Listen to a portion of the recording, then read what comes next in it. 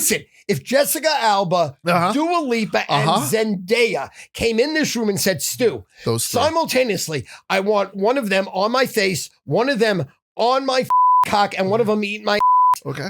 Or go to Chris and Tony's. I'm going to Chris and Tony's. Really? Yes. All right, everybody, welcome on back to You Got to Try This with myself, Large. You got Ian Becker, the P&L wrecker behind the ones and twos. Ty Finnan is somewhere off in the distance helping us out with clips every now and again. And the most important person in the room today, and just about any day, is Stu Feiner. Stu Feiner is one of our few repeat guests. I believe the first official repeat guest was Cons, because we had Cons on and then we did something around the 4th of July where we wanted somebody who was uber patriotic. And the reason that I'm explaining it, almost making excuses, I like Stu more than Cons. Suck it, Cons. He's going to hate that shit. And then we had Jenks. Oh, we had Jenks on because of the Italy thing. Yeah, that's right. And again, I like Stu more than Jenks. Suck it, Jenks. So here's my problem with Stu. He walks into the office. I purposely don't try to engage in conversations with him because what I find that I engage in conversations with him, whether we're walking to the men's room, going to get a water, I almost just choked on my own spit. It's stuff that I'd rather have on camera. Without further ado, this is Stu Feiner. Who is Stu Feiner? He's one of the biggest minds in pro sports. He has been a guy that has been involved with professional sports gambling since before a lot of the people watching this have been alive. Correct. He still is the source. We've gone through his whole bio before, but I just want to make sure I hit everything because Stu is, I think, top 5 in the world for cameos right now. If you're looking to do like a fantasy football something, then you have to do it through Stu. Stu is still throwing out, what is the website? Cameo.com/Stu Feiner for Cameo. Perfect. And for my picks, it's StuFeiner.com. StuFeiner.com. On top of that, you're back with Dan and Jersey Jerry for another season? Correct. We film September 9th, and the first show will be September 11th for Barstool Sports Advisors, the #1 sports gambling entertainment show in the world, and that Barstool provides. You're damn right. Yes. And I would think that everyone's getting excited about betting and whatnot with football season coming up, but I do know that your favorite sport, 100%, to place a wager on, is it still baseball? Love baseball. Baseball is the Love one. baseball. Because I was shocked when I had heard that the first time. Correct. Yeah, this isn't. Go ahead. It's the only sport that when I'm on offense, I don't have to worry about the other team scoring. So you could take a deep breath, you could relax, and just thoroughly enjoy every pitch, every nuance, right? Listening to the announcers and just enjoy. When you're on defense, you can't score, so you're just focused on your D, and you could just channel in. And it's an enjoyable, relaxing entertainment. Football's a nightmare. Your stomach's in a knot. It's like you snorted coke. You're up there. That was shot with, shot with speed. Same with basketball. Same with hockey. Same with soccer. So in other words, baseball is the purest sport. It is Americans' pastime. And for me, it's the only sport that I could thoroughly enjoy. And it's the only sport that I thought I had a shot in 7th grade at being a professional athlete. In 5th, 6th, and 7th grade, I was probably the greatest catcher in, let's say, we're going back to 1970, 71, 72 in the world. I was Johnny Bench as a 7th grader. Really? I was great. Okay. Dug every ball out of the dirt, kept all the balls in front of me, had a gun, and I batted 700, slap singles over the second baseman's head every single time. And I ran first to third faster than Usain Bolt. Really? I was a Jewish Usain Bolt. Right. He had nothing on me. Do you mind if I take some license here? Anything you want. Call you Usain Bolt? Absolutely. All right, then that's the You can call me Usain Bolt. I don't care. I don't care. You could do it all, say it all. I'm all in here. I'm all in. So let's do this pod like we're both going to die tomorrow. You know what? Nothing. We leave nothing out. Carpe diem. So then this is the best time of year for you because you do have the overlap with baseball and football. Correct. This is the time of year where Sandy is like, I'm no longer married for the majority of my days and nights up until February, right? Well, you know what it is. Look, I've been with one woman, the same woman, for 48 years, really pretty much 7 days a week, 24 hours a day. She is part of the Stu Feiner brand. Yes. There is no Stu without Sandy. She sits in the kitchen while I'm in the den, and she's pulling in every fucking game like her life's on the line. In the third inning, she's yelling louder than me, where I got to tell this woman, calm the fuck down if she thinks it was a strike and they called a ball. So she's all in. There has never been a greater puller-inner on a game. She has never, no woman has ever supported a man more than Sandy Feiner supports me. So it isn't like I'm ever without her. It's the reason when Dave told me, hey, Stu, we're doing the show in Miami, which eventually transitioned into Chicago. I said, I got to bring Sandy. I'm not going, out of the state without my wife. And she said, no problem. He said, no problem. Right. So like, it isn't like she ever leaves you. She's right there. I send her the text. She knows what I need. She knows how much money we wrote for the day. She knows how many cameos I did. She knows when I took a shit. She knows everything. So this is a food podcast, and you talking about your wife has nothing to do with food. And it's exactly why I have you on. Besides her vagina tastes better than anybody's in the world, and her ass tastes like buttermilk pancakes on a morning dew day. And although, we haven't done a lot of things like 69 lately because we're both 65 years old, right? And we really retired reverse cowgirl. She tastes the best. So sex and food, all the same We're thing. back. Yes, all the we're same back thing. on that. No, but my point is, yes. 40. You're 10 years older than me. Correct. I've been married 27 years. You've been married how long?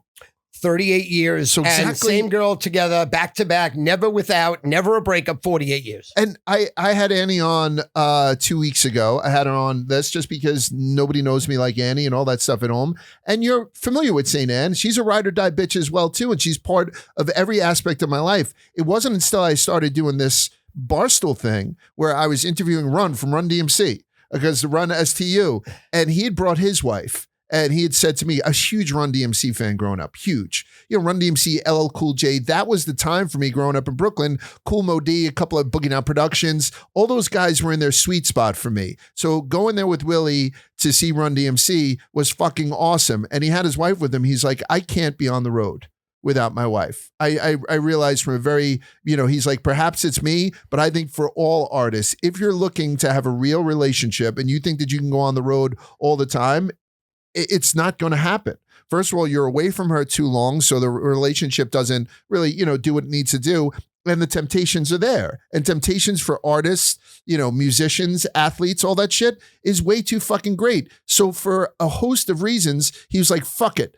I am with her everywhere I go. And it's something that I admired about Reverend Run when I had that conversation with him 7 years ago. I didn't know that you had the same life philosophy, and it makes me fucking respect you more in the last 5 minutes. So I commend you with that. Thank you. You didn't have to say how tasty she was. No, you did not. But no. I'm kind of glad that you did. Honestly, absolutely. It's a fucking beautiful thing. And she doesn't get enough credit. We talk about how my wife has a halo waiting for her on the other side. Your wife has a fucking chariot. She has a chariot with a private driver because Sandy is the most patient person in the fucking world. Listen, the reason that I'm having Stu on now is because he just got back from a whirlwind trip over in Italy, right? This happens to coincide with Ian coming back from a whirlwind trip over in Spain. And that coincides with me coming back from a whirlwind weekend in Richmond, Virginia. So we all have some travel things here. This is going to be the most European show that we've done. And that's including the one where Jenks glazed Italy for nearly an hour and a half. Jenks loves fucking Italy. You know what I mean? It made it. So I'm hoping that you guys are ready to buckle in for this. And we did just mention how it's that time of year where sports gambling means a lot to people because their favorite stuff is all around. Well, I'm going to give you something else. Something big is coming on September 2nd. DraftKings Game Day arrives with massive deals, exclusive deals, and an all-day celebration built for sports fans. The countdown has begun. All roads lead to Game Day. The DraftKings Sports app is now live in all 50 states. That means from Texas to California to Florida. Every fan is in on the excitement. One app, every sport, all 50 states. DraftKings Game Day is yours. Remember this date, September 2nd. DraftKings Game Day is the kickoff of a new season, a new era, and the biggest day in sports history. So let's get pumped and get ready to celebrate. New DraftKings customers sign up with the Try This code and then spend $5 to get $200 in rewards within 21 days. It includes all markets. That's code Try This in partnership with DraftKings. The crown is yours. I think these new things that DraftKings do with new customers, like the sign up, Try This is the code that you use, spend $5 to get $200 in rewards, is just fun, and it just makes the experience even better. They're going out of their way. So if you're going to start to throw down a couple of wagers, responsible wagers, this football and end of baseball season, do it with DraftKings. That's what I say. All right, so that's it. Now it's me and you for a little bit. Before we get your ass over into Italy, when I spoke to you last time, and I had you on the show, and it was awesome, as always. The best death row meal that's ever lived is the death row meal of yours. You'd said that you were battling with some weight issues, that you wanted to get from point A to point B. And then since then, you've planned a trip, which was nothing less than a food orgy over in Italy. Where is Stu right now at the age of 65 as far as the health goes? Because you're always very self-aware of your stats. On the way home from the Uber today, I could die. I could be in a diabetic coma and fucking die. I could go blind. My dick could not work for the first time ever, and my toes could fall off. So that's actually where I'm at. My A1C, which is supposed to be under 6, is still hovering around fucking 11. Okay. Really bad. That's almost a double. My PSA is at 9, where I'm going for my 3rd fucking biopsy for not having prostate cancer. I've had 2 biopsies. They've snipped me. Thank God I've been okay. But my PSA is fucking like 11. Okay. Super high. September 17th, I go under the knife again.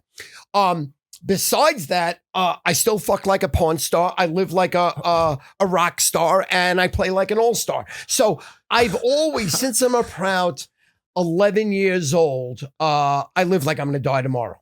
And I don't give a flying fuck about what's going to happen tomorrow. I only worry about today, because my contention is, don't ever be so fucking arrogant that you think you got tomorrow. You do not got tomorrow. You're not guaranteed jack fucking shit.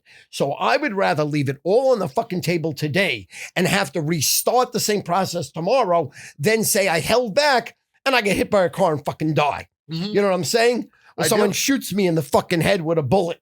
You know what I'm saying? That's not fucking happening. Where I'm at right now is I precariously feel like I'm God, but I could die right in front of you. Like I gotta have a heart attack right in front of you and fucking die right now. Right. But and the thing is, and we all can, right? Like we're all trying to keep things in check, and we can all die. We get hit by a bus tomorrow. But you are always up on it. You are always checking in and stuff like that with your levels and stuff like that. Every 3 months, it is I go to the doctor. Right. Exactly. Anything, if I'm going to die, they're going to catch it quick. And then we're going to do, the radiation as fast as fucking possible and try to keep me alive. Planned out. Yeah. Then I immediately buy a kilo and I snort every day, morning, noon, night. Do not Peruvian think that flake. I'm being bad. Like I laugh when he says stuff that's dire. Like I know PSA, I know the prostate stuff that you're going through and all that stuff. There's stuff that's potentially dire there, but the only reason that we can poke fun at it is because Stu and I poke fun at it. You know what I mean? Like that's all I want to do with you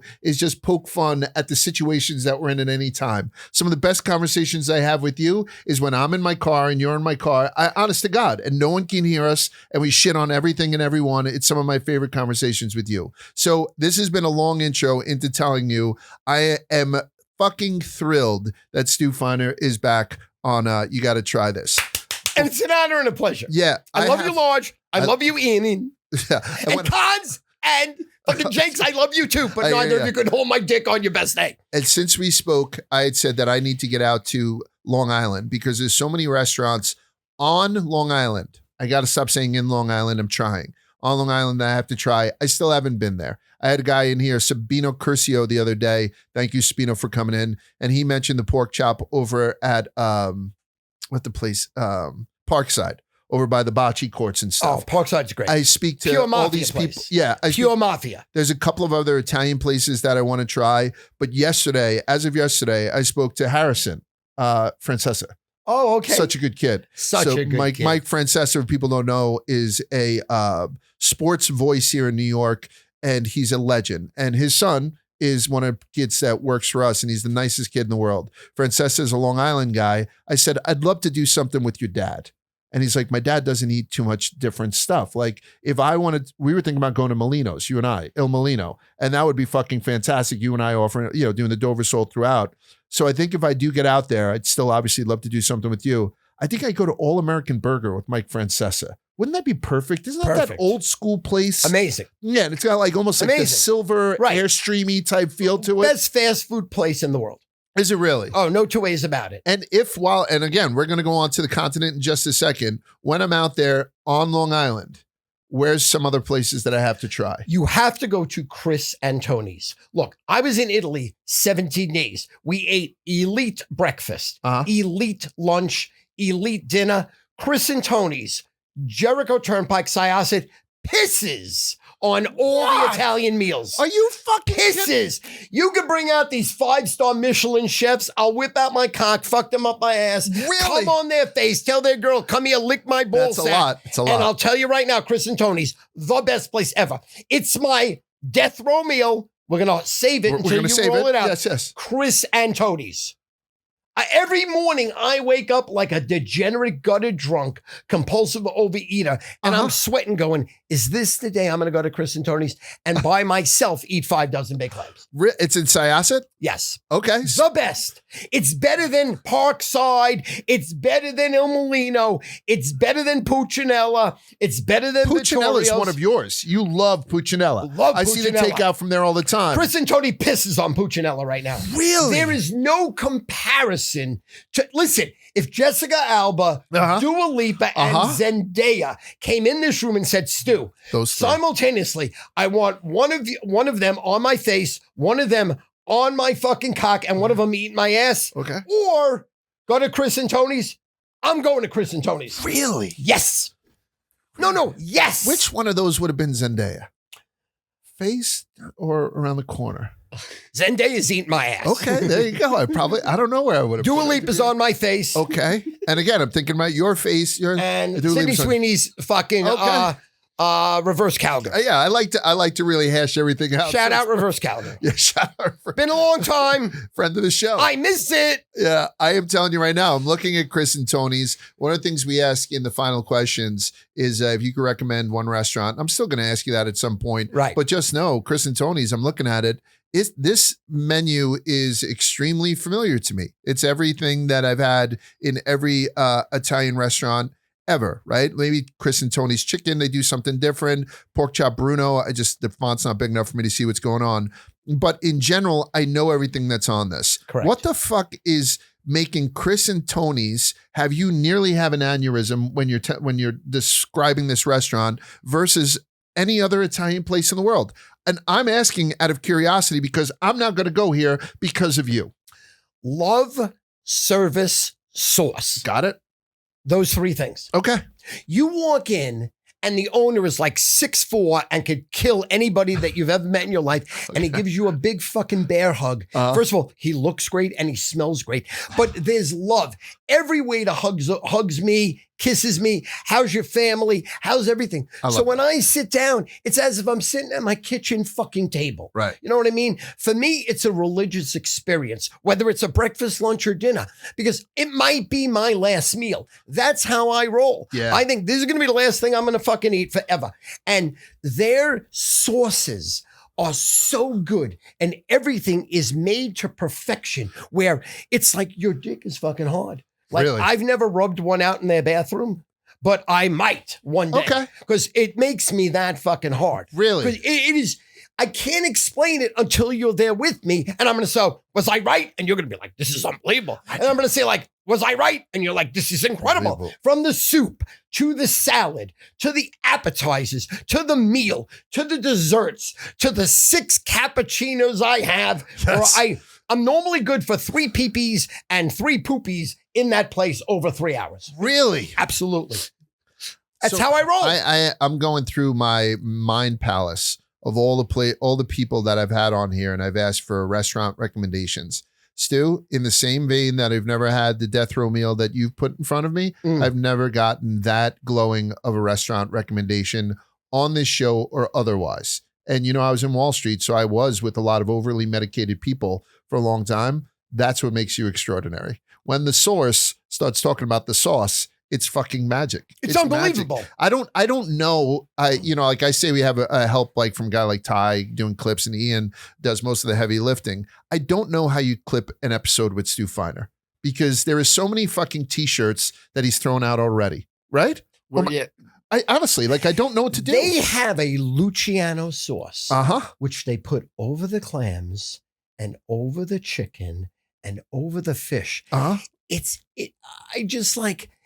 as if Athena squeezed her vagina and you were under her fucking vagina, and it just dripped on your face, through your nose, over your lip, into your mouth.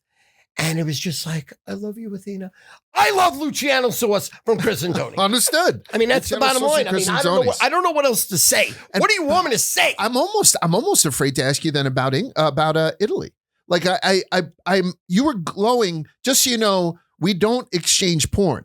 You and I never send each other anything really pornographic. It's just you and I talking. But we do exchange food pictures a lot. Food is porn. Food is porn. Food is really porn. Yeah. And while you're over there, and by the way, this isn't a complaint. He sent me dozens of pictures of the dishes that he had, and I loved absolutely every one of them. So I'm going to ask you now. Everybody who goes to Italy is across the board pretty positive. Give me the positives, and you can take as long as you want, but I also want to get to some of the negatives at some point about Italy. We'll start with the food, and I'm going to end with the air conditioning. Go ahead. Okay. Can I just say a negative first? Absolutely. It's your show. You need mental help. You really want to be the most uncomfortable you've ever been in your life. You want to wish that you would die right this second to be in Italy in June, July, and August. First of all, 105 degrees, sweating like profusely, having to change your clothes 4 times is insane. It's unbelievable. Now, they say that they have air conditioning there. We were in Tuscany for the first 7 days where we supposedly had air conditioning. If Sandy wasn't prepared with 3 different fans in our room, I would have jumped off the bridge and died, and I would have been happy with a smile on my face, because nothing is worse for me than profusely sweating and you have no escape, no release. You always run high already. You have a high motor. You're always, when I touch you, you're already sort of hot. You're always hot. Yeah. And I don't wear underwear, and because if it happens, it happens. Yeah. You don't want to waste time. No. You want to whip it out. You want to go enjoy, and then go to Chris and Tony's and eat. Now you have a high motor guy who's hot and loud, and that's not a dig. You are loud, and you're over there. How the fuck did you deal with it? I'm telling you right now, it was fucking hell. Okay. Now the people we were with were top notch. Yes, amazing. Classy. Mm-hmm. The reason we were there was for a wedding. My son was in the wedding party. Perfect. This is, Dominic and Samantha got married. Dominic's been one of my son's best friends since they're 4 or 5 years old. I love the family. I love everything about them. So that made it palatable. But we were in Tuscany for 7 days. Then we went to Florence for 4 days. Then we went, we were in Taormina, Sicily, for 7 days. Oh, really? Then we went to Florence for 4 days. Then we went to Tuscany in a castle. Unbelievably breathtaking. That sounds absolutely idyllic. It was unreal. Yeah. Okay, but how about this? There's no air conditioning in Tuscany in this castle. Right. No air conditioning. There was no outlets. It was just it looked beautiful, like you're a hobbit. There's no fucking outlets. There's no air conditioning. Yeah. I mean, I didn't sleep for 3 nights, and I wasn't on coke, and I was straight as an arrow. It was, shoot myself in the head. Oh, so man. The heat. Now, they said you have to go October through April. Mm-hmm. And I would believe that's the most beautiful place in the world, October through April. Because It was just like one of the most magical places I've ever been in my life. First of all, the company and the class of who we were with. Funny people, loving people. By the way, beautiful family. You sent me some pictures from the actual wedding. Unbelievable. Stunning bride. Everyone looked. The Sopranos. It's unbelievable. The greatest family in the world. It's the type of like wedding you want to go to. They just look like great, beautiful people. You know what I mean? It was like a movie. Yeah, that's what I'm saying. Every meal, whether under it the was sun in breakfast, Tuscany. lunch, dinner, was a movie. And the sharing gut level and just banter was just top notch. Best ever. Listen, I wish I was there with you. I would do it again, even though it was 105, even though there was no air conditioning. I would do it again today. Really? Because it was that great of a time. Tuscany was very challenging because there was zero air conditioning. Yeah. No relief. I was changing my clothes 5 times. You know what I mean? It was just unbelievable. That's crazy. It was, listen, it was fucking crazy. And we're going back again in July next year. We're going to another wedding. Oh, but see, another wedding. Okay. And listen, this is not we're going to Greece next year and Italy. Yeah, you want to come? Not in July. Oh. Like, I don't know how, honestly, I want to go to Italy with you. I do. I'd like to go to Italy with you. Just from what you had given me, this little diatribe right here, I will never go in the summer. And I'm telling you right now, you say October to April, I'm probably tightening that up from December to February. Like, that's how much I would fear not having an outlet and sweating my balls off, because I don't run as hot as you, but when I do get there, I'm a fucking jalopy, man. I can't function. So, yes, in the fall and the winter, I am not going to be your sweaty buddy next July, though. Go fuck yourself. And I am insulted that you tried to put me in that boat with you, you son of a bitch. You know something? Once you've done it, it's never as bad. Yeah. Like next year when I go, I'm just going to wear linen, everything. I'm going to be prepared that there is no air conditioning.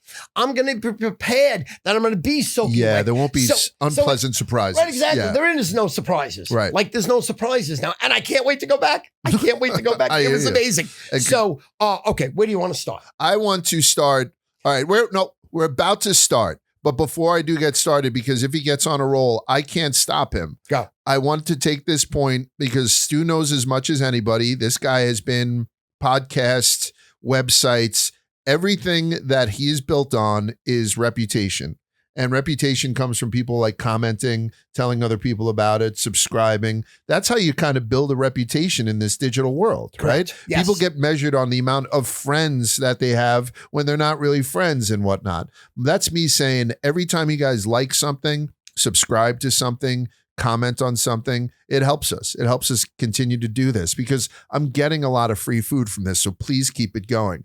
And so if you want to leave a 5-star review and want to put in some sort of question for either myself or Ian, I wish I could announce who our guests are going further out because I'm sure I would have got a boatload for Stu. Can we put ST up there for Stu got to try this week?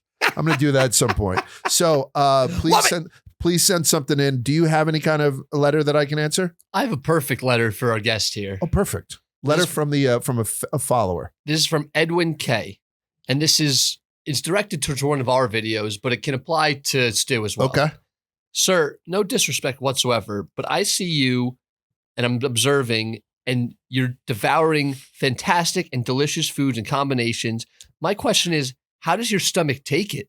Oh. And I know whatever you don't finish, you take home. Am I correct? God bless you. Love your content.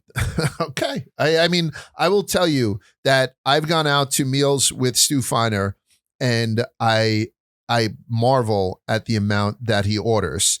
And then I marvel at the amount that we don't bring home because whenever I'm out to eat with you, it's almost like a challenge. Like I push myself to the limits.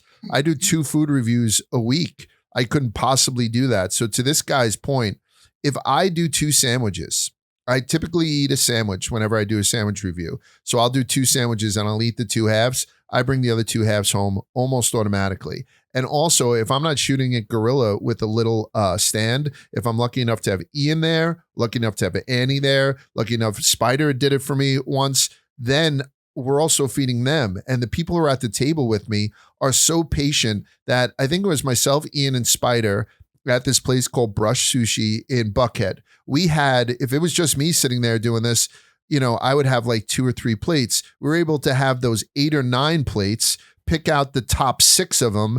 And then the only thing that they do, these guys, is that when the plate hits the table, I got to try it first. That's it. And then it's like open range. And then I pick up the bill, right? So it's kind of like a nice little reciprocal arrangement. We never go nuts. I never do any kind of fuck you bottles of wine, even when we do stuff that's close to fine dining. So I don't want to take advantage of it. But a lot of times I do have guys who are able to like help out, who are, doing the shoots. And one of them is a fucking goat.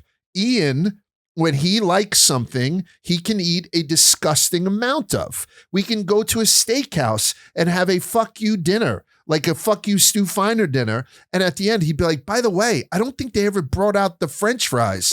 Can you have them bring it out before they bring out the butter cake? I'll be like, what are you fucking doing? You love that. Yeah, Ian. Yeah. So to answer your question, I couldn't possibly eat everything. And then to give you some more stuff, I do either bring it home because I like to repurpose certain leftovers. I eat until I hate myself. So I need to just have them repurposed as something different within a day. So a lot of the meats and proteins that I have in sandwiches wind up in fried rices. I love doing my own fried rice at home. So a lot of times my fried rice happens to have a lot of fucking Italian cold cuts. I hope that answers your question. And again, 5-star review with any type of questions and we'll get to them. Now let's get back to Italy. So you get to Italy, you take off from JFK. Yes. I've heard some horror stories, particularly with Spanish airports, because Ian just got back from them, where you had a real problem like trying to get your luggage to go to a connecting flight. You had to jump out to go and get his luggage from baggage claim, then come through security again and check his luggage for the next flight, which could be a 4 or 5 hour wait, but you were able to cut a line because, right? The whole deal. Yeah. Okay. Madrid airport, not a fan of. JFK is nothing compared to Madrid. Yeah, like JFK can have its problems, but it's fucking, it's the best airport in the world compared to this shit. I just heard similar stuff with people who got back from Italy in particular. How is air travel and travel in general for the people who want to get over there while you're in Italy? I think it was a direct flight. Direct flight. But you bounced around. 9 hours. Okay. We landed JFK to, I think, Taormina, to Sicily. And we were in the lounge because the Stranos had that lounge that you could hang out in. So we got there super early. And the food in the lounge, first of all, was fabulous. I mean, unbelievable. In the JFK lounge? JFK lounge. Cool. Unbelievable. Really? Like, I want to live there. I just want to hang out. Yeah. Their coffee was amazing. That's how I judge a place. If the coffee is great, everything is great. Their coffee was great. Sparkling water was great. Their snacks were great. Their fish, their chicken, salmon. I had like 6 different pieces. I ate so many salads. This salad dressing was popping. I'm like, wow, this is unbelievable. I feel like I'm in Italy, but I'm in JFK lounge. So I ate like a horse to even start. A horse before you getting onto a flight to eat like an Italian horse. Let me say something. Go.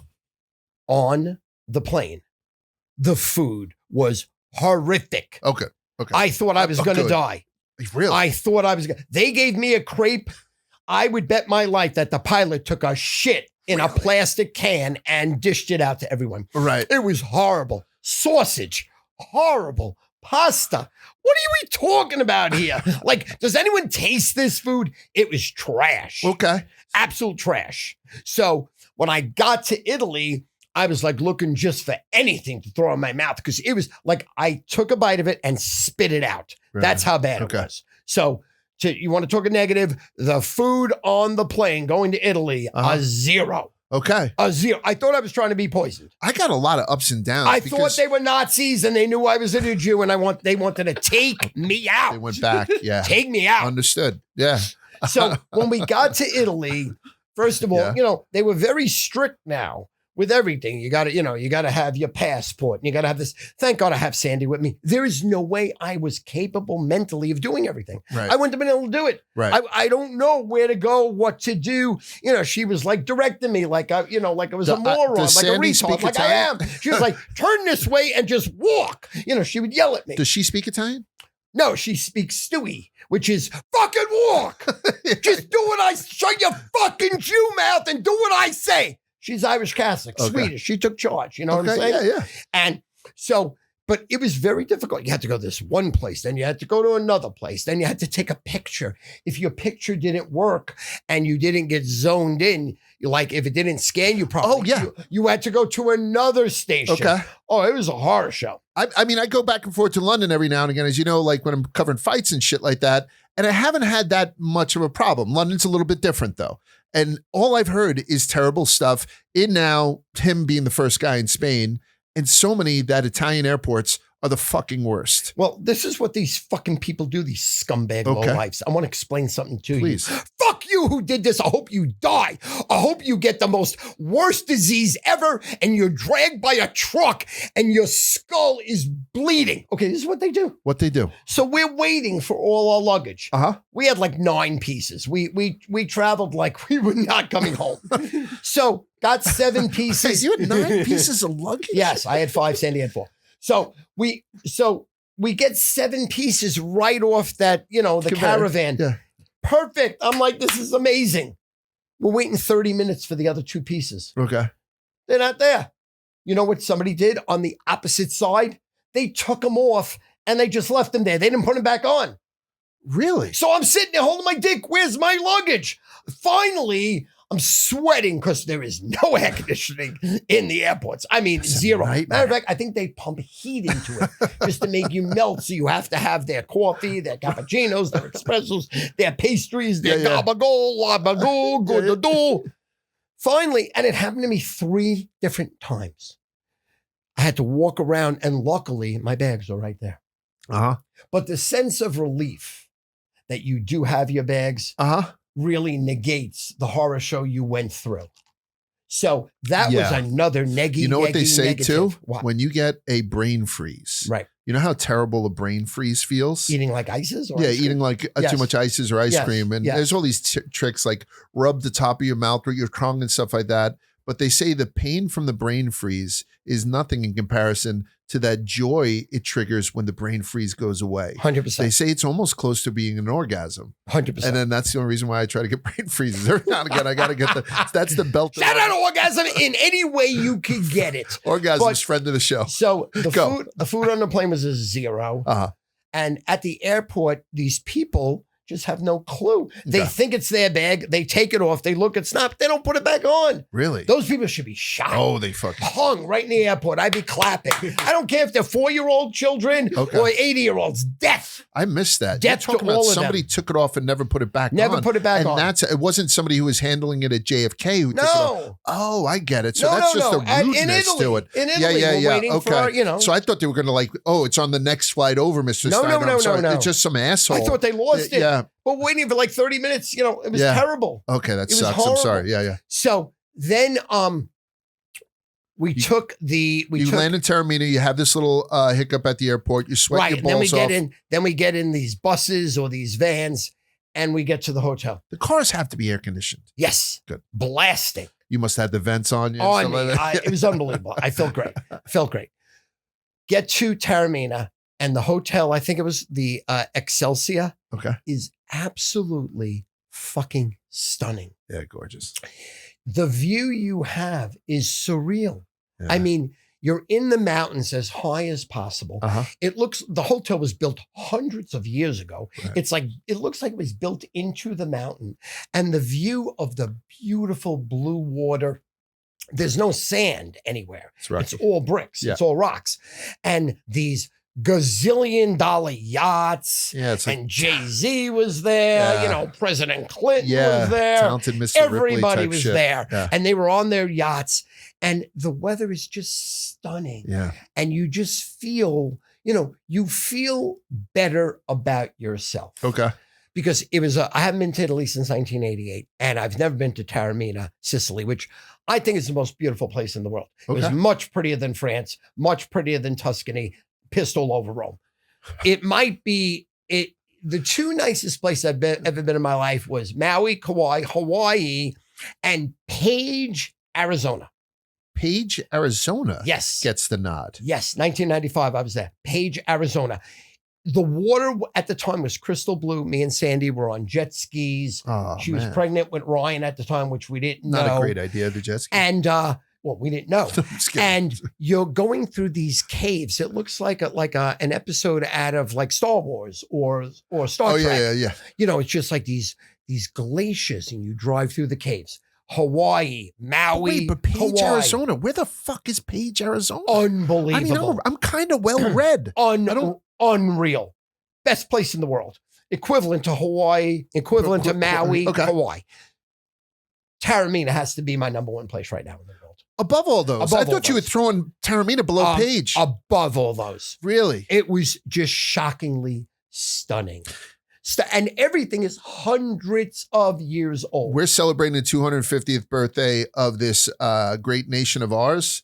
There are mailboxes that are older than our great nation over in fucking Taormina. It's something that you can't replicate here. Like sometimes you see a beautiful cathedral, you're like, what is that? And you look and it's a coach store or something. So I think I'm going to ask you, does having a near-death experience looking out over this beautiful, idyllic landscape, does that balance the fact that you didn't have the air conditioning? 1,000%. That's what I'm saying. 1,000%. That's the cheat code. No. Like, you know what I mean? Yeah. Just like I said, I'd go back today. Yeah. You tried to get me to go in July. No Fuck air you. conditioning. Yeah. I'll go back today. We're going back next year. Same exact thing. It's going to be 105 degrees. We're in Palermo. We're at a wedding in Palermo. We're going to be there. I'm excited because it's just unbelievable. We went to an amphitheater there that was built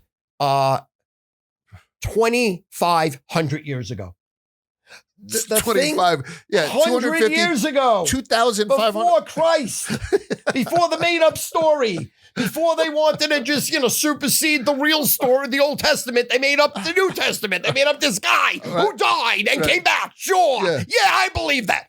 Before they made up that bullshit story, it was fucking unbelievable.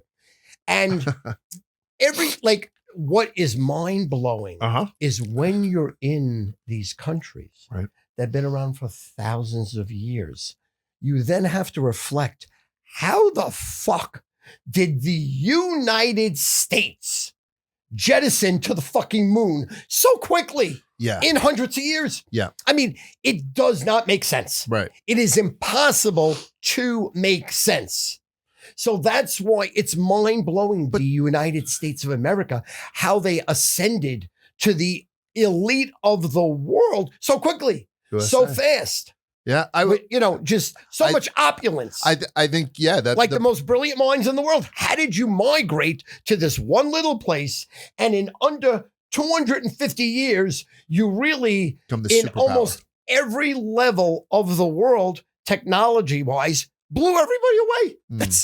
I still don't understand it. Right. That's what I just marveled at. And all these restaurants we ate in, they're 100 fucking years old. Did you feel though then, because it's something to go in and eat inside of a 2,500-year-old restaurant? Well, you were in the Coliseum, one of these Coliseums or amphitheaters. Correct. That was 2,500 years old. I can understand them keeping that for some historical, keeping it preserved. But did you feel like the ancientness, just made up that word, of Italy and Europe in general, did it make you feel like you were technologically behind where you are in Long Island? You know what I'm saying? Did you feel like you were in Amish country? Did you feel like there's still horse-drawn carts trying to get De Niro out of fucking Corleone? You know what I'm saying? Do you feel like it's less developed than us? No. Okay. I felt, be honest with you, I felt honored. I felt a sense that I am so blessed to have an opportunity to be here. I'm so blessed to really enjoy the fruits of their labor. Okay. Whether it's their art, their architecture, their food, their history. And I really put it in perspective that it's wow, we think we're king shit in the United States because we have everything so easy. We're so soft. Where we live, we do not struggle the way other countries struggle. That the meals that we were at, I would get a bill and it would be 300% less than if it was in the United States. I mean, you could live like a king there. Right. And even the hotel we were in, it was not expensive. It was dirt cheap, matter of fact. I mean, you go to Manhattan right here. minimum you're going for $800 a night if you're going for any place that you could literally, hang your hat on. Normally I'm spending $2,000-3,000 a night if I'm going to, I'm going to Four Seasons, I'm going to the Ritz, I'm going to top of the line places. There you can go to the top of the line places. They're not that expensive. Now, in Taormina, they had the Four Seasons. And the Four Seasons is top of the line. Mm-hmm. The Four Seasons, the air conditioning is like being an Ice Station Zebra. Yeah. That's USA. Top of the line. Yeah, your breakfast is $200 a person. Your lunch is $300 a person. Your dinner is $550 a person. You're buying a bottle of wine, it's $2,000. But the Four Seasons is where I think they did White Lotus. Okay. Where they did the second episode, year 2 there. And it was just, that's the rich of the rich of the rich, the most elite of people in the world live there. But every basic place where we started in Taormina, in the Hotel Excelsior, when I went to breakfast, it was the most mind-blowing thing I've ever seen in your life. Why? They had 20 different types of fruits, 20 different types of cheeses. You had like these unbelievable croissants and pastries and cakes and cookies. And their coffee was so good. I was drinking 6-7 cups. I was guzzling. I was like, I felt like I didn't need 8 balls. I was there. Were you able to bring drugs in? No, absolutely not. Okay. Drugs are illegal there. Okay. The only thing you could get is the CBD. Okay. They're very strict there. Okay. Yeah, they don't handle that. Right. You're going to jail. Do you mind me asking? You should be asking. I didn't know if you drug me because I bought a CBD pen. You got the prison pocket. Right, exactly. I bought a CBD pen. And in Rome, I got annihilated. Like you're supposed to hit the pen like 4 times and be okay. I drained the whole pen, which is supposed to last you a month. I drained it in 2 days. I was like so blasted. I didn't even know what I was doing. Okay. But that was not until Rome. So I was pretty much straight most of the other trip. Somebody had a pen in Tuscany that they snuck in. Right. So I was hitting that like a crack addict. Okay. And I felt pretty weed good. pen like THC. Weed pen, yes, exactly. But listen, I felt uncomfortable about even doing that because I'm not in my environment. Like, I don't know like in New York, in New Jersey, in Connecticut, in Massachusetts, I can literally get arrested for murder. I'm calling Donald Trump. Literally, I have his second in command. I'm getting the fuck out. I could kill people right on camera. I'm getting out. I have no problem. I'm posting the bail. I'm saying I know. I didn't know that. I know nobody. Yeah. There I got an issue. I got a problem. So I made sure I dotted my I's and crossed my T's. By the way, this is the guy who was almost murdered by the mob. I'm not going back. You have to watch the Twisted History of Stu Feiner Part 1. Which launched me, by the way. And I owe you my life. And that launched me. I'm telling you right now, it's a side of Stu that you won't see. I got a little emotional during it. Like, he's had a tough road, and if you say you've had a tough road, he's had a more interesting road than you guys. And when the mobster, then you had to go to the other mobster who then went to the original mobster and said he gets a pass, like all that shit. So I wish you were saying most of this stuff tongue in cheek, but I do believe you sometimes enter into situations wondering whether or not you'd be able to get out of jail. No two ways about it. Okay, and you're not getting out of jail over on the boot. No. So you were sort of on the straight and narrow, your best behavior? Yes. Okay, good. No two ways about it. Okay, good. When I did any screaming, yelling, performative, I asked the owner of the restaurant, I asked all the guests, is this okay?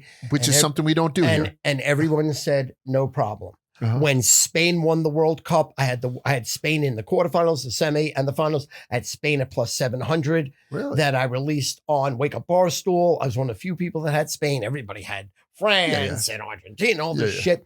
So I was animated, but I was very careful. I was very respectful. Good. I didn't go banana land. Yeah. Because I was scared. Yeah. Like I didn't, like you have police walking the streets and I don't know if they, if they think, they have no idea who I am. They just think I could be an unhinged human where, in Europe, they could fucking, hit you with the bat, knock you out and then ask questions later. Yeah. I didn't want to be in that spot. Yeah, they can Mussolini. I never, right? Like out of my element. Like, and oddly enough, we went to one of the hotels in France. First thing you walk in, they have a picture this big of Hitler and Mussolini in the square. Wait, in Italy? Yep. Okay, yeah. Yeah. So, I mean, really, this like, big picture, like it was. I didn't even know what to say. Was I it was like checking in like this. Oh, okay. I was looking at Hitler, Mussolini, all the Nazi swastikas in Florence when he took over Florence with Mussolini as his, like, I guess, counterpart. And I was like, I'm just going to say nothing. Like normally, like if that was in the United States, I would have a lot to say. I would have a lot of jokes. I said nothing. Really? I literally, that was the first I said, right. We're not in Kansas anymore. Oh, yeah. Like that was like, oh my God. How and there about was a ton of pictures like that. Not just one. Swastikas, Mussolini, Hitler. You know, it's a big thing. I don't think they want to erase. Like, I think they acknowledge without erasing history, but for us, it's so shocking. You could have said, I did not see that coming. See what I'm saying? You know what I mean? But there is, like, I'm sure that was more of a history somehow of what had happened during the war. I hope it wasn't a wish you were here, boys. Like, you know what I mean? For those two guys. You know something? You know, I wanted to ask about it, and I was just uncomfortable. So I didn't want to. First of all, I didn't want to know the answer that I thought I would get. So I just stood there respectfully and just acknowledged that, hey, it's part of their life, part of their history, and I'm a guest in their country. Yes, I'm a guest in their restaurant. Very, very important to keep in mind because in their hotel, big difference. You should. Big difference. You could be, or not should. You could be the. What the stereotype. You could be the stereotypical American if you decided to not respect the country that you're at, the country that's hosting you, because you're a louder guy. You do not look Italian. So you could have stood out like a sore thumb and been what I want you to be right now, and they would have fucking hated you. And I think they probably have a right to, because I don't like when people come over and are fucking annoying from other countries in this. You know what I mean? Like when you're here as a guest, it's nice to be nice guests. Correct. So I'm glad that you kept it under control. No two ways What about would you have for breakfast every morning? Because I know over there sometimes like eat like a king at breakfast, a prince at lunch, and a pauper at dinner. I think you go kings all three things. But what's a typical Italian breakfast, at least for the 17 days that Stu Feiner was over there? A breathtaking fruit platter. Okay, so you love the fresh fruit. It's no fresh fruit omelets and fucking unbelievable. Okay, good. Breathtaking fruit. It's a nice start. Unbelievable. Yeah. I had 5 cups of coffee. Yes. Their coffee was outstanding. Yes. Just unbelievable. Mm-hmm. Then I had croissants. Okay. And most of the time I stayed away from the omelets. Okay. I didn't want to fart a lot. Yeah. Because when I eat the eggs, I'm farting. Mm-hmm. I didn't want to poop a lot because some of their bathrooms. Coffee and fruit, though. Some of their bathrooms were, little to, it leaves to be desired. Also 500 years old, right? Right. Yeah, I yes. mean, they're, okay. they don't flush like, they flush here. Okay. Except when we were in the ritzy places. So I watched what I ate, but every day I was jonesing for the fruit. Okay. And I was jonesing for the croissants. Okay. You know what I'm saying? I'd have the whole wheat croissant. I'd have the regular croissant. Then I'd have some croissant with fruit in it. And it was unbelievable. Now, I couldn't eat my cakes, cookies, candies, ice cream because I was trying to watch the diabetes. Okay. And I was trying to do the best I can, and in the morning I'm taking 7 pills to remind me that I am a diabetic, even though I don't think I'm a diabetic. I've been a diabetic for 15 years, even though I don't live like that. I live like I'm a mental case. Yeah, you're in denial. That I have Down syndrome, Alzheimer's, and whatever diseases that I do have. Diabetes. Yeah. Right. So that was my breakfast. Okay. And it was unbelievable. Okay. I loved it. Yeah. And especially having a cup of coffee and a plate of fresh fruit while you're looking over crystal blue waters from a bell tower outside of you to a craggy shoreline. That's beautiful. Like that's the definition of beautiful. I wish you were wearing like a loose linen shirt that's open unappropriately 5 buttons and it's kind of billowing in the fan that Sandy's holding up on the side there. Like that's how I'd like to picture you eating in Italy. I can tell you everything that people say about us Americans, we're collectively Americans in the studio, is I get sandwiches. I just got this big reach from Anthony's Paninoteca the other day. It blew my fucking mind. I did this one from Angelina's in Hawthorne the other day, chicken cutlet ham, and they go old school homemade Russian. There's not enough Russian dressing in the world for me. I love Russian dressing. And I just look at these huge sandwiches that we have, and everyone's like, well, in Italy, it's not like that. You get a nice piece of focaccia, or they'll open up a ciabatta, or they make some couple of slices of cheese, maybe a little bit of a pickled vegetable. That's it. Did you find while you were there, particularly at lunch and dinner, that they don't supersize everything in the same way that we supersize just about everything that we eat every day? Oh, much different. Okay. Much different. But everything is, to me, there was much fresher. Oh, fresher. Like okay. Everything popped. Right. Every bread that we ate was unbelievable. Whether it was the focaccia, whether it was regular Italian bread, whether it was not garlic knots, whatever it was, their bread, it tasted better. Okay. It would be like if you were in like a $2,500 a night hotel. Yeah. Or you go to a dinner where you're spending $500 a head. It was amazing. So the breakfast, the only time I cheated in breakfast is I'd go for some cheeses. And I'd smear the cheeses on a croissant like a psycho. Like I'd be done full and I'd be like, let me just go back one more time. A little piave. Right. The cheese, because I love cheese. Me too. Like I've learned in reality, I probably could live on fruit, cheese, and coffee for the rest of my life. That's it. What are you doing for breakfast? That. What are you doing for lunch? That. What are you doing for dinner? That. And I'm good. Really? I'm good. I hear you. Like I really, and I've always known this, and I'm a psycho. I am a degenerate coffee drinker. I so love coffee. I love it. And their coffee was great. So in other words, they ask you, do you want espresso? Do you want cappuccino? Or do you want Americano? I always went for the Americano. But their Americano was unbelievable. Right. It was unbelievable. So that would be Americano like almost a watered down espresso. It's like espresso with water. Yeah, with hot water. Yeah. So but it was great. Okay. It was unbelievable because certain times the espresso is a little too bitter in the morning for me. Not at night, but in the morning. Yeah. I want Americano. I love it. So that was pretty much the breakfast I went with every single day. Now, when I went to Rome is the only time I just cracked and I ate like I was in America. I had 2 omelets in the morning, like for no reason at all. You have a half a dozen bagels. Right.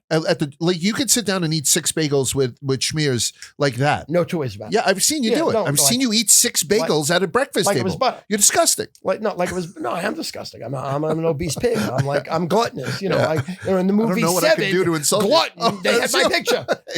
They had my picture. It was right there. Morgan Freeman. Brad Pitt was staring at Stu Feiner's fat fucking face. Gluttony. Right. That was one of them. The 7 deadly sins. Yeah. So that was breakfast. Lunch was a pasta, a beef or a chicken or a fish. I always went fish because their chicken is suspect. Okay. Their chicken is more like a dark meat, tough, chewy. I didn't like it. Okay. Their fish was outstanding. I imagine, yeah. Outstanding. Yeah. I went shrimp, I went swordfish, I went whatever fish they had. I had and certain times I had, even though it's 105 outside, I went for their soup. Whatever their special soup was, I had the soup. So I went soup, I went pasta, I went my fish, and then I had a salad every time. Their salads were unbelievable. Their dressings were incredible. And then do you think that, before I let go of the chicken thing, you think it's because, and I'm going to eventually ask you this, so I might as well do it now, because we're always talked about how we pump stuff full of hormones and this and all that kind of stuff. And so you're saying how the food tasted fresher. They're not allowed to use certain pesticides over there that we're allowed to use here. We're essentially poisoning ourselves and our children here. And we do it because it's tasty and it makes food have a longer shelf life. They don't do that there. So maybe that adds to the freshness. I wonder if the chicken, the difference that you had in chicken, outside of maybe how it is different from farm to farm, if it's something because they can't just pump them with fucking steroids all day. 100%. Because I asked the person, I said, this doesn't taste good to me. This is not really like the chicken I get at home. He goes, Well, because the chicken you eat, it's not chicken. That's literally what they said. They said it's not chicken. We don't know what it is, but it's not chicken. Why are your cows 5 times bigger than our cows? That's what they said. They said, he goes, so eat it and enjoy because it's the first time in your life you've actually ate chicken. This is what chicken's supposed to look like. It's not supposed to be perfect, white meat, no fat, no sinew. So true. Yeah. So true. So have the breakfast. Enjoy it. It's your first time having chicken. What a fucking line. dig. I love it. It was one of the great lines. Yeah. It was a great line. And then so that would be a normal lunch. That's a hearty lunch. Yes. Then we'd go swim back to the hotel, change. And then dinner was always very late.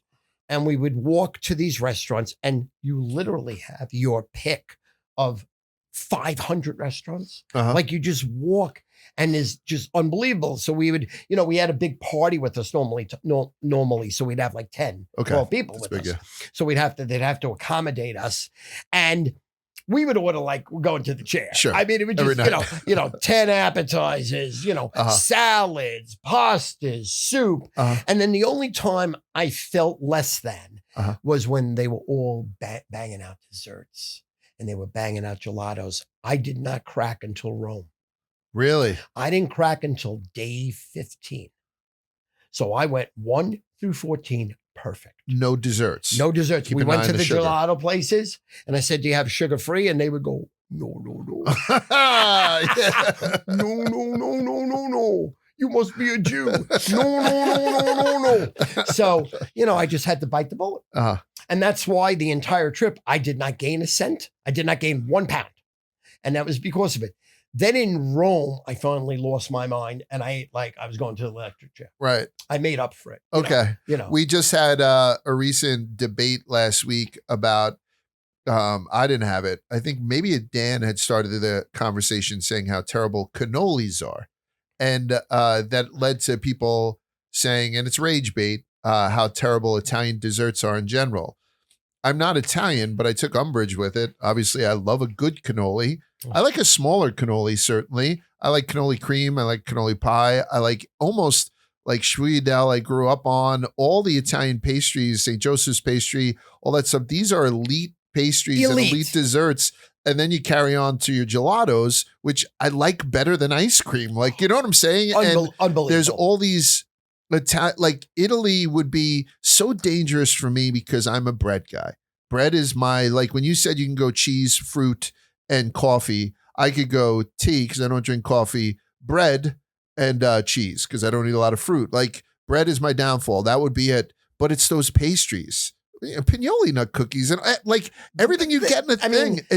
You should be shot if you say you don't love a cannoli. You should. I mean, go to Africa, live in a hut, yes, and let me just piss on your fucking face and fuck your girl. What are we talking about? Cannoli is arguably the greatest dessert in the world. Yeah. Cannoli cream, cannoli cake, cannolis with chocolate chips, cannolis with fruit. What are we talking about? I know. Yeah. I mean, maybe for the Uncrustable crowd, like they don't get it, but cannolis are a very good dessert, and Italians make some of the best desserts in the world. Fucking universe. Tiramisu, all their cookies are great. When someone says the cookies are dry, your brain is fucking dry. Give me your palate's dry. The lobster Go eat at McDonald's, bitch.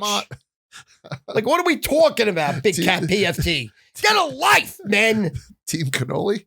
Exactly. Till we die. Till we die. Yeah, and you just got back from Italy. Why would anyone pay attention to anyone? Before I wiped on a shit, wipe it from my mouth and go, that was great cannoli. What are we talking about? That's a lot. That's a lot. What are we talking about? This seems like a good time to hit you guys with a quick ad. Every bigger guy, like myself, is searching for the perfect black t-shirt. One of the reasons why I work with his company is because they were also outfitting Frank, whose weight loss journey has been something else. Miraculous. So I had borrowed something from him. I had worn it on camera because it didn't have any branding, and I loved it. So now I'm doing like an ad for them, and I'm telling you right now, Stu, I love their stuff. Stop wasting money on random tees that shrink, stretch out, never fit quite right. Start with the Bullet tee from One Bone, built specifically for bigger guys with extra length. room through the midsection, and a flattering fit. Made from a premium wrinkle-free textured fabric that keeps its shape and looks clean all day. No bacon collar, no shrinking. Built to last, fit guarantee. Start with the black tee, then come back for more colors. I don't even want to stop with the colors, even though it doesn't say it on the copy, because I have a hoodie from them, like one of those lightweight hoodies that I wear all the time. They make the shirts, I go all the way up to the top with my buttons. They make a couple of shirts like that I feel comfortable buttoning all the way up. So it's got a lot more than t-shirts, but start with the black tee. Standard fits don't make the cut. I'm telling you, I feel better when I'm wearing them. And Annie finds me even more attractive if that's possible. I don't think that's possible. Yeah, it is. You're an 11. Thank you, sir. Head to onebone.com/barstool and get 20% off your first order. Start with the bullet tee and see for yourself why standard fits just don't make the cut. onebone.com/barstool, 20% off. Go there today. I'm telling you, I love it. Wow. I'm excited right now. It's not Hey, too bad. One Bone, I want everything you own sent to my house. Let's go. I'll wear it every day. Yes. Shout out One Bone. All right, let's get back to Italy. Go. So 7 days in Taormina, which was incredible. We did the Godfather tour. Oh, okay. Which was unreal. Through Corleone? Unreal. 2 different towns. Okay. And it was absolutely just amazing. It showed where they filmed all the scenes, where Michael got married. Apollonia, no. Where his wife got blown up. Oh, man. Everything. All the pomp and circumstance. We had an incredible tour guide. We went to these breathtaking churches. We walked around the towns. We had a phenomenal meal that was incorporated in the tour. Wow. I suggest that. That's a bucket list thing you have to do. Godfather tour, especially if you love The Godfather. I mean, I've seen The Godfather thousands of times, 1 and 2. I think 3 and 4 are trash, but 1 and 2 is phenomenal. Yeah, 1 and 2 are the two best movies ever made. Yeah, 2 best, right, exactly. I can tell you, I don't even know what the fuck 4 is. 4 is trash. Okay. They're all trash after that. So that, I will tell you, I was in a winery in Napa. Which was it? Frontera, maybe. So, and Italian one. So it was in Napa. I believe it was Frontera. I might be getting that. I think I'm getting it wrong. But the urinals, 24/7, they just have The Godfather and Godfather 2 playing on a continuous loop. So whenever you go over to take a leak, you're just like saying lines throughout the whole time. You know what I mean? And I was like, I want that. I want Godfather 1 and 2 playing on a loop. They'd be like, oh, we can do other movies. Fuck you. Godfather 1 and 2 playing on a loop. That's how much I love the movie. That's how much I'd like to do that tour. Amazing. And then, as a compulsive overeater, the second, all I kept hearing on the tour is, and after we eat lunch. So I just kept waiting for lunch. It didn't disappoint. Every time. The pasta was unbelievable. The salad was unbelievable. The pizza, to die for. The cannolis, unbelievable. Even though I smelt them, I didn't eat them. They had calzones. Do you like calzones? I love calzones. Oh, they're pockets of love.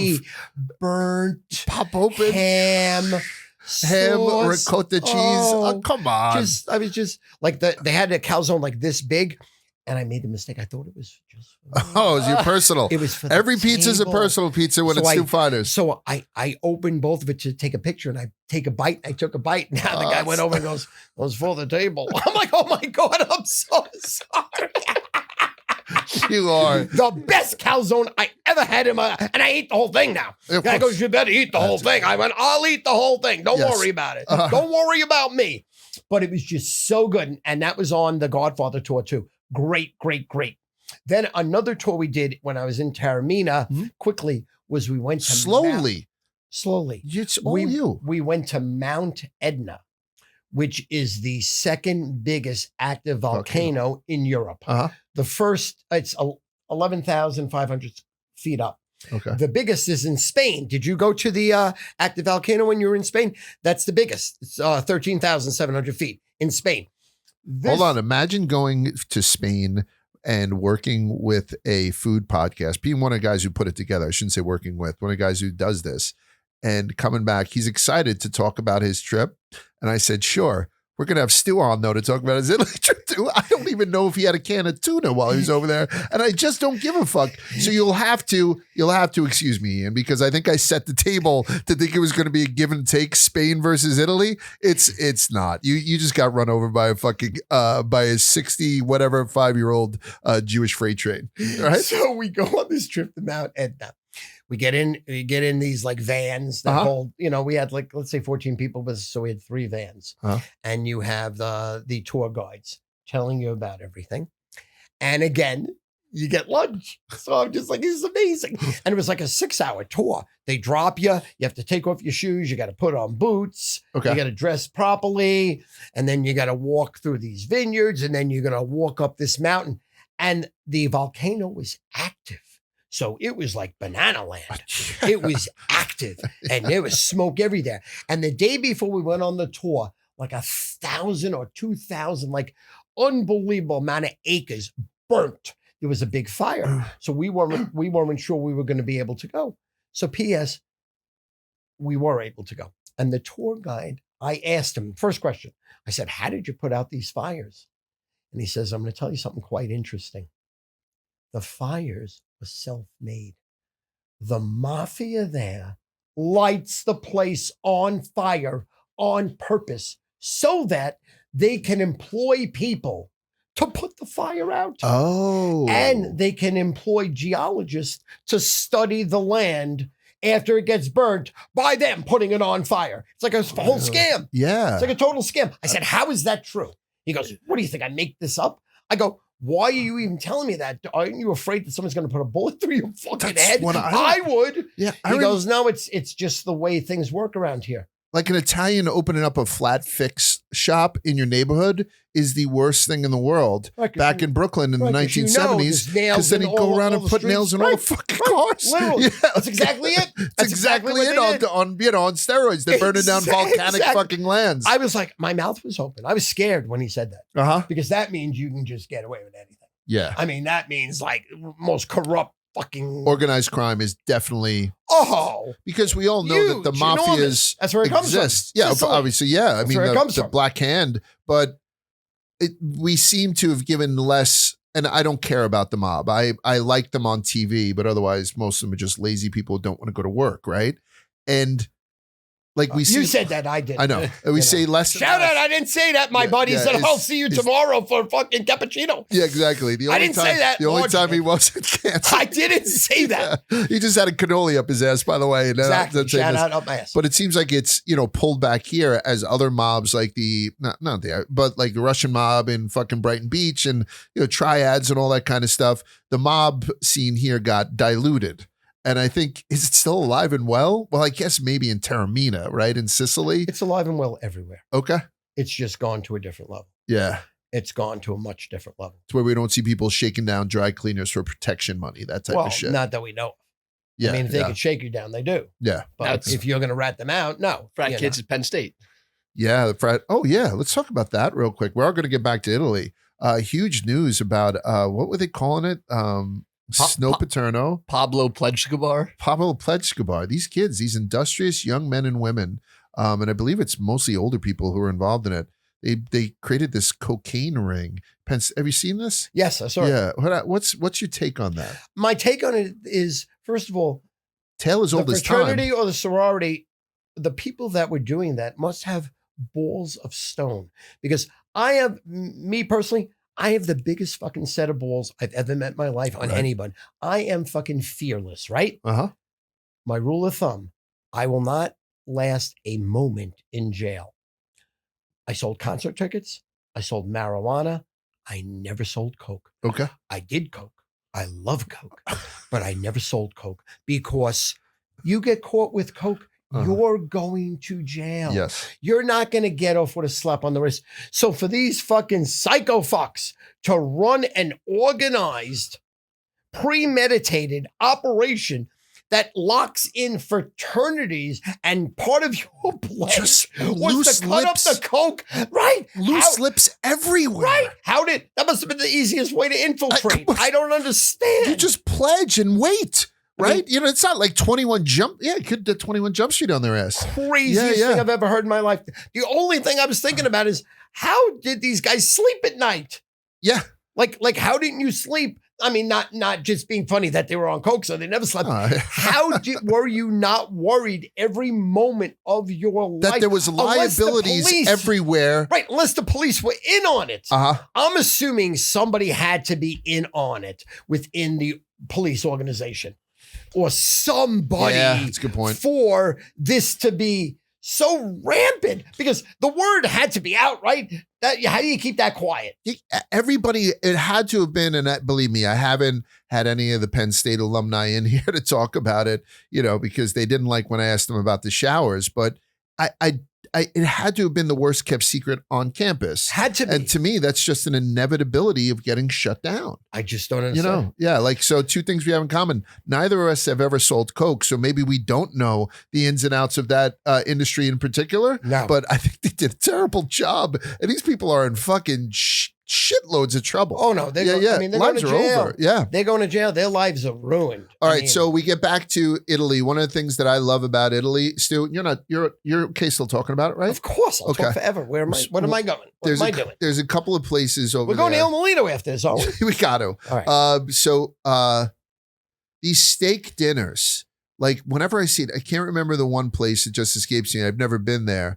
And this one gentleman will prepare all these different steaks over an open flame, whack it up and give it to your table. And it's supposed to be like this otherworldly experience with the beef and the steaks over there.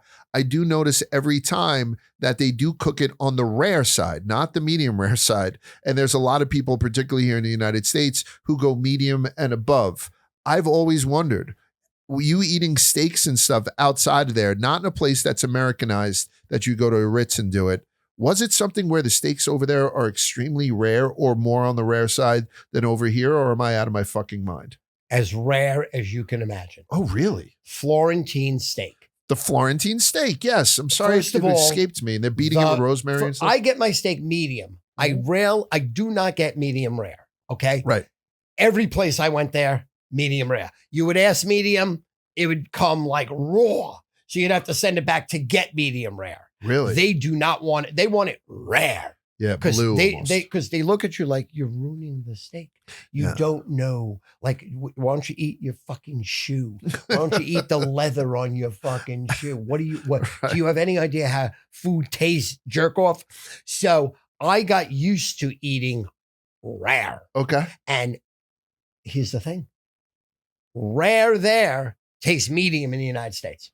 Even though it does have the complexion of rare here, like it's bloody. It's first of all, rare to me, and medium rare to me in the States when they cook it, to me, is certain times a cold pink center or extremely chewy.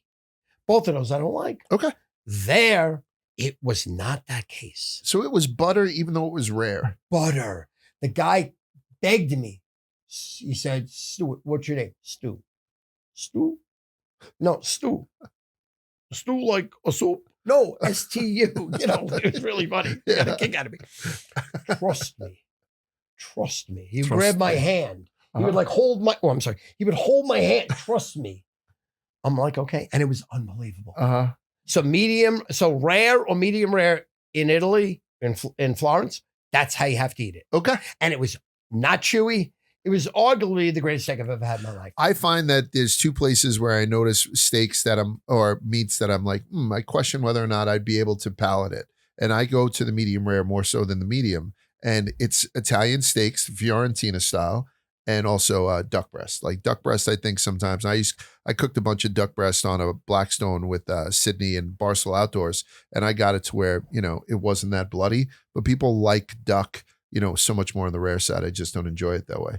All right, wine over there. You're not a big alcohol guy. I only see you drinking. You drink most socially with champagne during dinners, more so than with wines. And I don't think I've ever seen you drink a beer or anything like that. Right. I mean, I'll guzzle, like if I'm in a mood, I can guzzle 4 or 5 Heinekens, popping cold quick.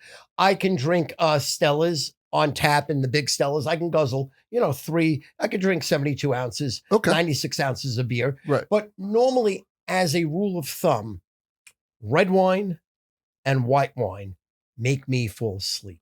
Oh, okay. Make me very groggy. Uh-huh. And beer fills me up. Yeah.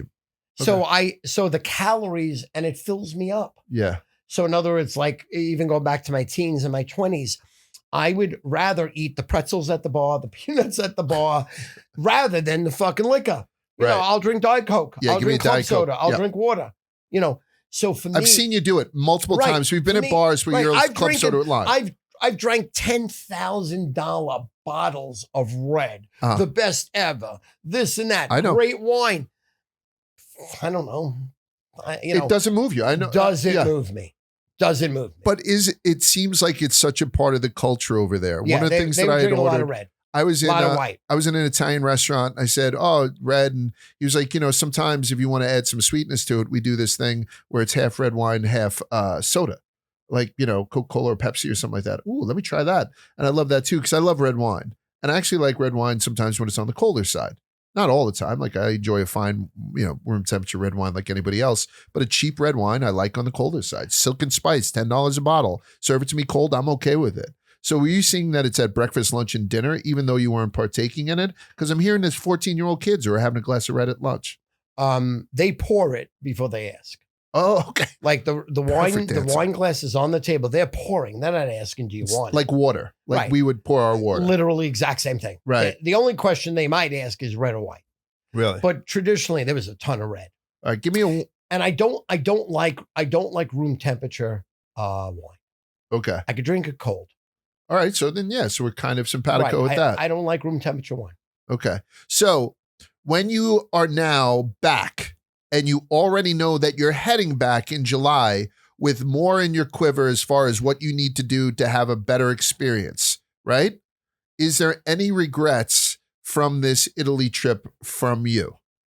No, none. Okay. Absolutely not. So absolutely not. There was nothing I could have done to prepare better. But now that I've experienced it, it didn't kill me. What doesn't kill you makes you stronger. Yeah, but you spend a lot of money to do it. Like I'm wondering. Well, the now, money doesn't matter. Yeah, I got a tree in the backyard. Yeah, I print fucking money. I print it. So I have too much money. I'm one of the few. I have too much money. Stu is when I first met him. He had said, "Large, I had written." I don't know how many millions in business. So let's 71 million. I've written 71 million. And I spent 71,500,000. And I've spent 72 million. So I'm in debt 500,000. Right. It's the bottom line. But what a road it was to get there. Amazing. But you are a guy who's pretty well traveled. Like you seem to hit all the spots. Now that you're at 65 and you found this Eden, are you going to travel less to other places and sort of be like the regular next time you go back to Terramina, to the Excelsior, and they're going to be like, oh, I have your fruit plate ready for you, Mr. Feiner. Stu, like, you know what I mean? Is that going to be your thing now from now on, knowing that you would do it at more opportune times weather-wise? Yeah. I mean, well, you see, I'm still working, and I plan on working for, let's say, another decade, at least. I'm hoping Dave Portnoy dies so I can buy Barstool. Right. And make it Barstool. Yes. I'm sure Big Cat would ingratiate me, and we work very well together. So, no one even, we could wipe Dave Portnoy's legacy off the map. Right. I'm hoping that happens. So let's say it doesn't happen. Let's say for the record, let's say it doesn't happen. Shout out, Dave. I love you, but I want you to die tonight, today. I hope when we get out of here, you're dead. Nothing personal, Dave. Nothing. There is nothing. There's personal. No personal. Here, but he's waiting for that text. Waiting. God, oh God. It's my only bucket list. Dave Portnoy dies while I still got 10 years left. So even though you plan on working for the next 10 years. My point is this. Can we get you back? I only can take vacation July, August, June, July. That's it. Oh, yeah. I'm sorry. So that's what dictates. 10 months out of the year, I'm working 724.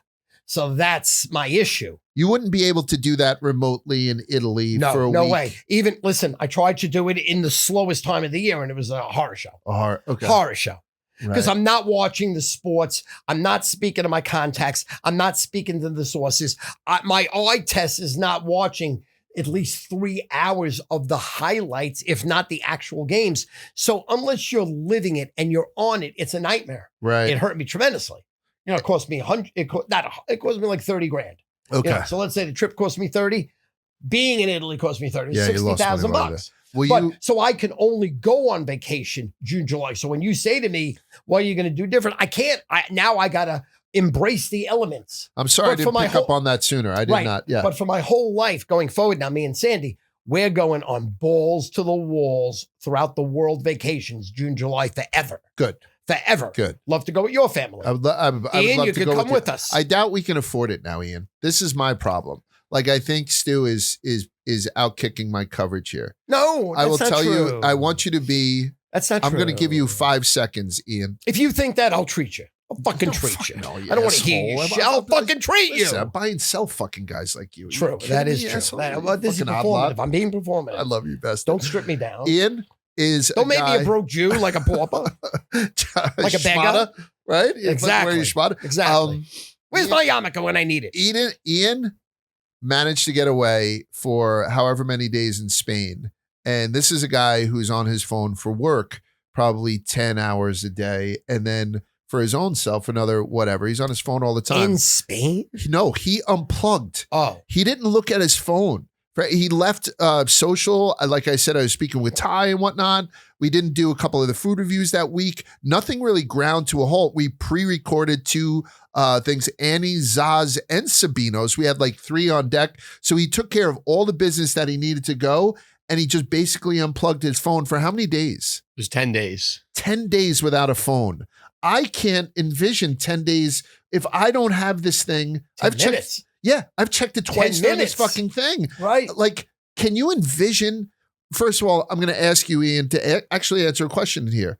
What was that like for a kid as young as you who was glued?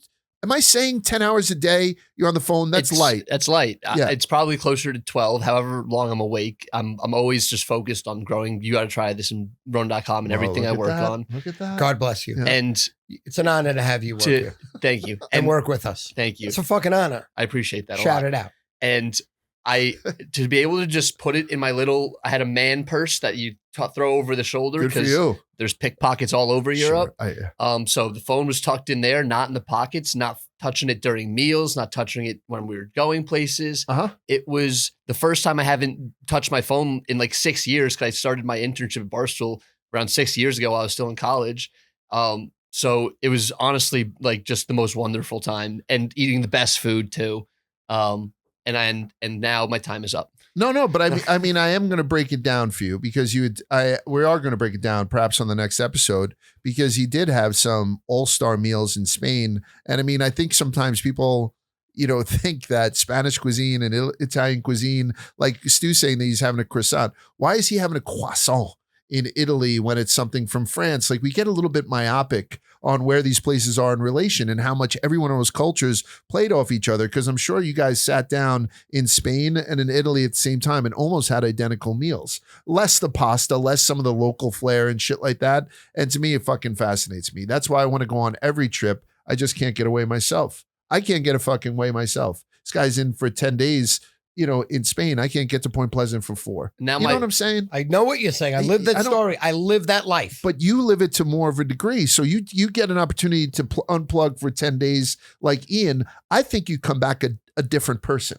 I think 10 days without a phone or looking at any kind of technology for a 65-year-old guy, you're not playing fucking Candy Crush and talking to your friends on Snapchat. No. I think that would change your life fucking exponentially. Don't you think so? Well, I mean, it would be similar to if I won the second I won the lottery, I would wipe out all my social media and disconnect my phone, and you would never see me again. Okay. You would never hear from me again. That's. I would never watch a sporting event again. Never. Really? Never. Okay. Never. I don't think you've ever said that. Never. I would fucking blank out. It would be Stu Who. Really? It would be like they used to have this guy that's 5'4 3/4. If he was 2 inches shorter, it could be perfectly round. And we don't know what happened to him. Yeah. Although we heard there's a legend of a man who now lives in Taormina. It's the only castle with very good AC. and it looks just like Stu Feiner, right? They can't put the AC on these hotels because they were built hundreds of years ago, and the poundage for the air conditioning would crush it. Oh, the units. There's no way to put the units. Load bearing. Okay. There's no way to put the units. That's crazy. Besides the Four Seasons where you're going to go for $2,500, $10,000 a night. Yeah. I'm going to wrap up. Is there anything that we need to talk about other than StuFeiner.com, right? StuFeiner.com, top gambling information in the world. I invented the sports gambling handicapping industry. When people say they're better than me, I buy and sell them. When people say they have information better than me, they're fucking liars. Now, I am not God, Jesus, Moses, Allah, and I'm never going to scam you. I'm never going to misrepresent myself. Gambling is for the rich to have fun and lose money. Gambling was invented to have fun and lose money. There is nothing to do with gambling and winning. That never works. But StuFeiner.com provides you the best information money can buy, and I could get hot. So when I get hot and I run a month, 2 months, 3 months, 4 months, winning in a row, that's why I'm StuFeiner.com. And that's why I'm the best there is. That's why I buy and sell all these lowlifes, scams, whores that you see on the TV, on the internet, that use fake names, that double side games, give half one side, half another, that can bookmake you and say, hey, I'll set you up with a bookmaker. I get a piece of what you lose. I don't do that. I give you the best I can every day. And sure as fuck, I could go on a losing streak of losing a week, a month, 2 months in a row. Absolutely. No guarantees. It's happened to me. But since 1980, I have grinded 7 days a week, 24 hours a day. And I invented it.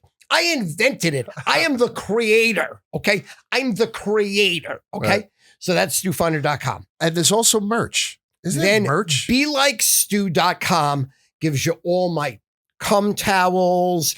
It gives you all my diving shout outs, and it gives you all my personalized shirts. Okay. And all the shirts also are duplicated on Barstool Store /StuFeiner. Oh, it's in the Barstool Store? I didn't know that. Yes. Everything I have on BeLikeStu.com is on Barstool Store /StuFeiner. No, not the cum towels. The towels are exclusive. But the 15/15/30 is on Barstool Store. Okay. In other words, again, I'm the originator and the creator again of the perfect hour of sex. 15 minutes eating ass, 15 minutes licking clit, 30 minutes fucking. You can't hold your load. You bring a vibrator. Vibrator I use. Everyone's great in bed uses mouse head at the end, tongue flickers back and forth. Okay. We ram that into the clitoris, finger fuck the ass and the vagina on these whores, sluts, pigs, prostitutes, girlfriends, side bitches, fiancés, wives, until they come like it's Niagara Falls. Yeah. Then if it's you and me, Large, we're snorting an 8-ball, smoking blunts, guzzling vodka, drinking beers, do shots. Absolutely. I mean, bottom line is this, men, women, Barstool. You have great friends. You have great family. You love listening to music. You love to dance. You love a great meal. You love 15/15/30. And you love cocaine, liquor, and rolling those fucking blunts tight. Life is good. Right. Life is good. I will tell you that if we're going to do an auction at some point, we should auction off a meal with you. I was ready. I was at a meal with you once. I was overserved and you were overserved beforehand. You may remember we were in an okay Italian restaurant in Chicago. It was nothing to write home about. It was nothing. We were by the casino, right? So we go in. First of all, I'm walking into the restaurant. We get stopped by 3 different people on the way in. And they say, can we get a selfie? And I'm like, sure. And they hand me the camera. I'm like, fuck. So another one for Stu, another one for Stu, another one for Stu. We sit down at the table and I'm going to give Sandy one more shout out. What would you like to eat? He looks up. We'll do 2 orders of the meatballs. We'll do, what do you want to do? We'll do 4 soups. There was 3 of us at the table. We'll do, this and that. And then as he's ordering this, Sandy's like, 2 soups, right? You know what I mean? You're like, we'll do the spinach salad, we'll do the Italian chop salad, and the Caesar salad. You order 3 salads. The family, and this was family stuff. This was family style. That's enough fucking salad. How great is an Italian chop salad? Oh, it's the fucking to die for. Greatest To die for. Sandy, just a Caesar. Like, you know, the whole deal. So, I mean, as much as I think that you need to auction off something to have dinner with Stu, I think it's equally attractive to have Sandy in the mix too. As I think shout out Sandy. Agree. She's the fucking best. Shout out the boss. We have the show coming up with you, Dan, Jerry, and Dave. Correct. We're filming that September 9th. Sports Advisors. Wednesday morning in Chicago. Okay. Dave makes his only appearance of the year, once a year since the tax thing show moved to Chicago. Okay. He only does week 1. Okay. So, and then Jersey Jerry normally floats into either the Hannah's seat or Ashley's seat. Okay. And then it's season 9. So we had 5 years in New York, which were phenomenal. 100%. And now this will be our 4th year in Chicago. Yes. Right. And then that'll be shown September 11th, Friday night. Shout out September 11th. You know, what's to say there, you know, condolences, respect for everyone involved. There it goes. Yeah. I don't know. Like I don't have final questions for him because I've already done them, right? What is the death row meal? Yeah. So Stu, I'm going to ask you now because I don't want to ask you for a restaurant recommendation. I thought I was going to ask you 2 questions. Restaurant recommendation. Chris and Tony's. And any kind of tweak. Chris and Tony's. To the thing. You want to just I don't want to ask for another I don't want to ask for another restaurant. Like, I think everyone needs to get to Chris and Tony's. Chris and Tony's. I'm going to edit it in so it sounds like you asked. Stu, if you had to recommend one restaurant anywhere in the world to me, and this is coming off of 17 days at multiple locations and some world-class restaurants in Italy, but still, give me one restaurant anywhere in the world that you would recommend that I go to as soon as possible. Michelin chef. 5-star, 4-star, 3-star, 2-star, 1-star. Can suck my cock. Okay. Can eat my ass. Okay. I'll blow a load on your face because you're a fucking bunch of frauds. The only restaurant that you should go to, bucket list, to die for, breakfast, lunch, dinner, any occasion, Chris and Tony's, Jericho Turnpike, Syosset. Long Island. Long Island. Okay. Death row meal. Okay. Death row meal. Excellent. Now stop, because I need to ask you. This is what I'm going to then follow up with, and Ian's going to be able to do some magic with that. I'm going to say to you right now, Stu, you had one of the most interesting death row meals we've ever had here. Mike Kadix was probably the most from a caloric standpoint. That big guy, he's a fucking planet. I love that kid. I love fucking Mike. I love that kid. If I had a vagina, I'd marry Mike. I'd let him plow me all day. Yeah. That's the first guy. Yeah. If I don't like him that much. I don't like him as much for the vagina I want thing. him fucking me up my ass if I was going to change. Mike Kadix. Shout out, Mike. I fucking love you. Kadix. Non-sexually.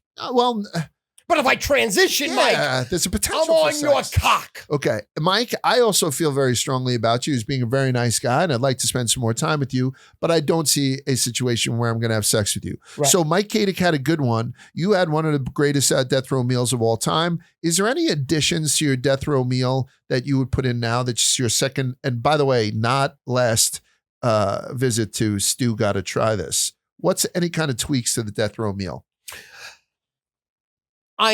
This is my new death row meal. Go, please. Okay. It's at Chris and Tony's. Okay.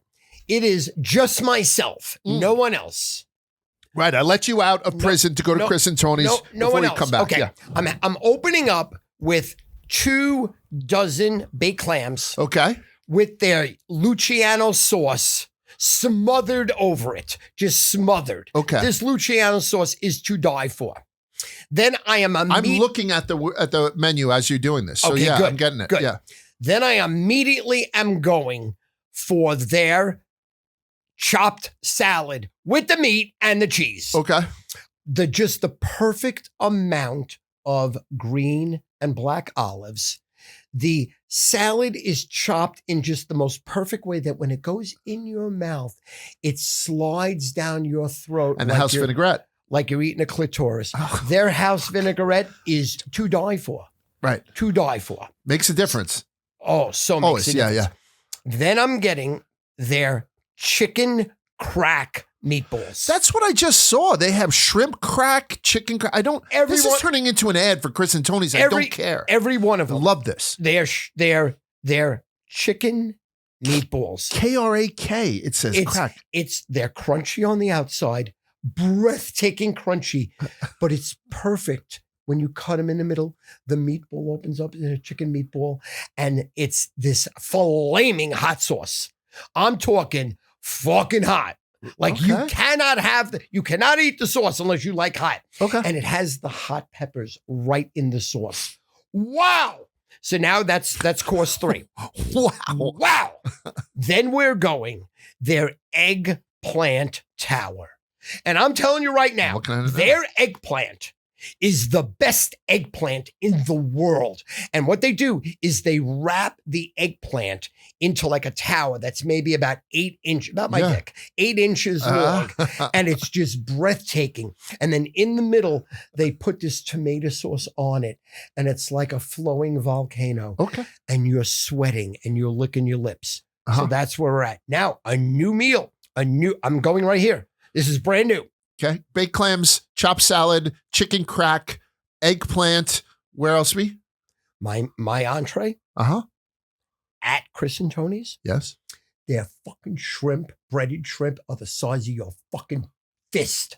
I'm going. Luciano? I'm going shrimp palm over capellini. Angel hair? In their marinara sauce. You know what? I heard that it changes the angel hair to angel pubic hair because it's so delightful. Capellini is almost Angel thinner hair? than angel hair. Yeah, I love that. It is.